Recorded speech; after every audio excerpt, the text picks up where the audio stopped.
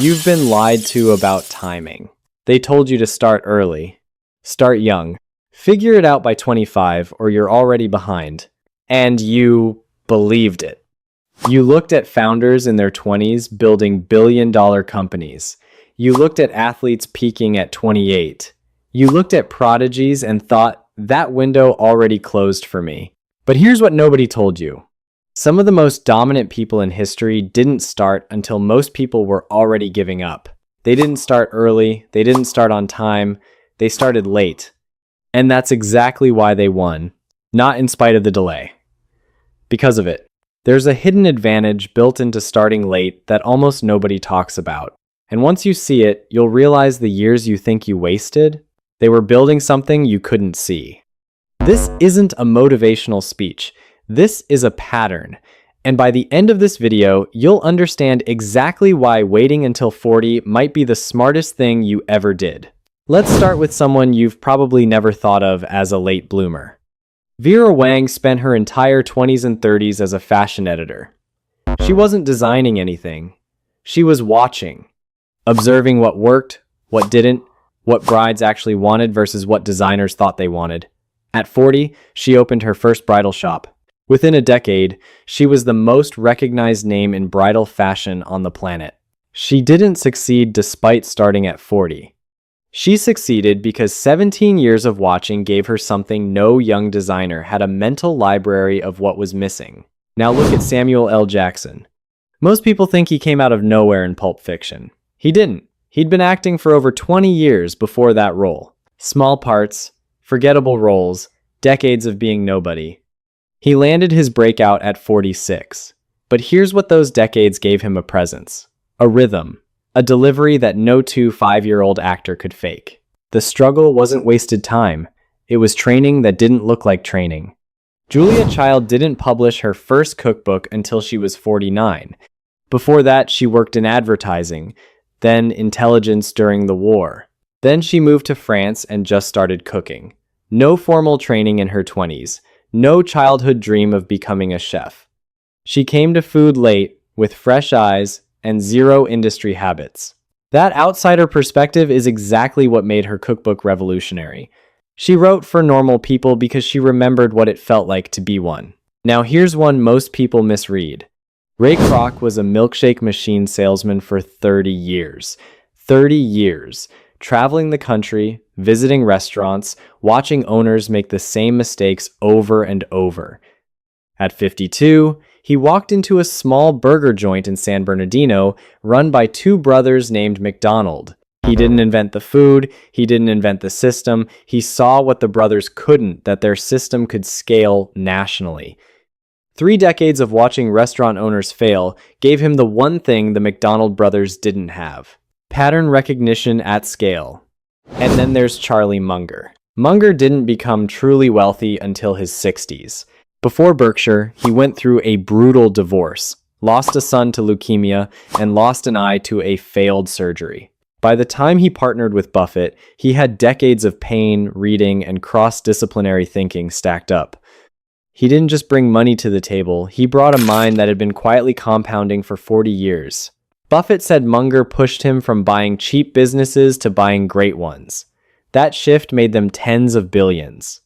And it came from a man who most people would have written off as a late starter. 5 people, 5 completely different fields, but the same pattern underneath. Every single one of them spent decades doing something that looked like wasted time. And every single one of them turned that time into an advantage that younger competitors simply could not match. You've probably already noticed it. Vera Wang wasn't just waiting, she was absorbing. Samuel L. Jackson wasn't just struggling, he was sharpening. Julia Child wasn't just wandering, she was collecting perspectives. Ray Kroc wasn't just selling milkshake machines, he was mapping an entire industry in his head without knowing it. They weren't behind, they were loading. And there's actually a name for what was happening inside their minds. Back in the 1960s, a psychologist named Raymond Cattell split intelligence into 2 types. The first one he called fluid intelligence, your raw processing speed. How fast you solve new problems, how quickly you think on your feet. That one peaks in your 20s and slowly declines. The second one he called crystallized intelligence. And this is where it gets interesting. Crystallized intelligence is everything you've accumulated: your pattern recognition, your judgment, your ability to see connections between things that don't obviously connect. And unlike fluid intelligence, it doesn't decline, it keeps growing. Decade after decade after decade. This means a 4 or 5-year-old with 20 years of cross-industry experience isn't slower than a 2-5-year-old. They're playing a completely different game. The 2-5-year-old is fast but empty. The 4-5-year-old is loaded. Loaded with patterns. Loaded with scar tissue from past mistakes. Loaded with taste. The ability to look at something and instantly know whether it's good or garbage. This is the part that the start young culture never tells you.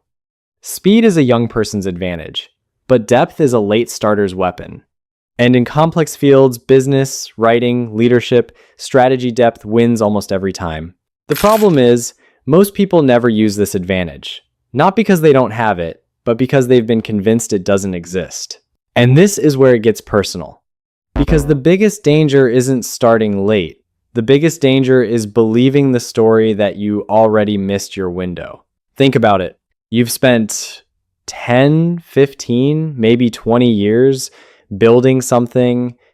Maybe it was a career you outgrew. Maybe it was a skill that doesn't seem relevant anymore.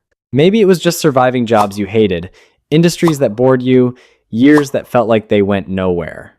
And now you look at that stack of experience and you think that was wasted time. But it wasn't. What actually happened is you built a pattern library that most people your age don't even know they have. You developed emotional filters that only come from getting punched in the face by reality over and over again. You built a network of relationships that took years of trust to form. And the cruel irony is this. Most people abandon that entire stack right at the moment it becomes most valuable. They see a 2-4-year old on social media building something fast and they think I'm too late. They compare their chapter 15 to someone else's chapter 1 and they quit. Not because the advantage isn't there, but because nobody told them it was there in the first place. The young genius myth is the most expensive lie in modern culture, not because it's completely wrong, but because it makes everyone over 35 believe the game is already over. It's not over. For some of you, it hasn't even started yet.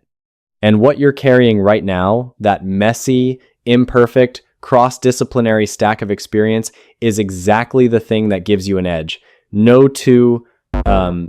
5-year-old can buy, but only if you know how to use it. So how do you actually turn a late start into an unfair advantage? There are 4 shifts that separate people who waste their experience from people who weaponize it. The first shift is recognizing your pattern library. David Epstein spent years researching what separates elite performers in complex fields. What he found in his book Range surprised almost everyone. Specialists dominate in narrow, rule-based domains, but in messy, unpredictable fields, business, strategy, innovation generalists win. And they win specifically because they've moved across different areas and collected patterns that specialists never see. If you spent 5 years in sales, 3 years in operations, and 4 years in something completely unrelated, you didn't waste 12 years. You built a cross-domain pattern library. The move is simple. Write down every job, project, and industry you've touched. Then ask yourself, what did each one teach me about how systems work? You'll be shocked at how much invisible knowledge is already sitting inside you. The second shift is trusting your emotional filtration system. Angela Duckworth's research on grit revealed something most people overlook. Resilience isn't a personality trait you're born with. It's a byproduct of time and exposure. Every rejection you survived, every failure you recovered from, every boring year you pushed through those built an emotional immune system. A 5-year-old with a great idea gets crushed by the first real failure. A 40-year-old with the same idea absorbs that hit and keeps moving, not because they're tougher by nature, but because they've been hit before and they know the pain is temporary. That emotional filtration is worth more than talent in any field where the game lasts longer than 2 years. The practical shift here is to stop seeing your past pain as baggage. Start seeing it as armor that already fits. The third shift is using your taste compression. Ira Glass once described something he called the taste gap. When you start in a creative field, your taste is better than your ability. You can recognize quality, but you can't produce it yet. And that gap is painful. Most people quit inside that gap. But here's what happens if you don't quit. The gap closes. And the more you've been exposed to good work, bad work, mediocre work, the faster it closes. A late starter who spent 20 years consuming, observing, and experiencing has already compressed that gap without doing anything intentional. Your taste is already refined. You know what's good faster because you've seen an enormous amount of bad. Use that. When you start a new project, trust your first instinct about quality. It's not a guess. It's 20 years of pattern matching running in the background. The fourth shift is deploying your network depth. This one is the most underestimated. Ray Kroc didn't just understand restaurants. He had 30 years of supplier relationships, distribution contacts, and industry knowledge built from handshake to handshake across the country. When he decided to scale McDonald's, he didn't start from zero. He started from trust. A 5-year-old founder has to spend years building every single relationship from scratch. A 40-year-old already has a web of people who know them, trust them, and will pick up the phone when they call. The shift is simple, but most people miss it. Before you start anything new, audit your existing relationships. Who have you helped in the last 10 years? Who respects your judgment? Who would say yes to a conversation tomorrow if you reached out? That list is your unfair advantage. And it's an advantage that compounds with age, not against it. So let me reframe something for you. You're not a late starter. You never were. You're a loaded starter. Every year you spent in the wrong career taught you what the right one looks like. Every failure you absorbed built a filter that protects you from the next one. Every relationship you maintained is a door that's already open. The 2-year-old with a fresh idea and zero context, they're not ahead of you. They're starting empty. You're starting with a full magazine. The question was never, am I too late? The question is, do I know what I'm carrying? Because Vera Wang knew at 40. Ray Kroc knew at 52. Munger knew at 60. They didn't start over. They started from everything. And right now, so can you. Starting late isn't starting behind. It's starting loaded.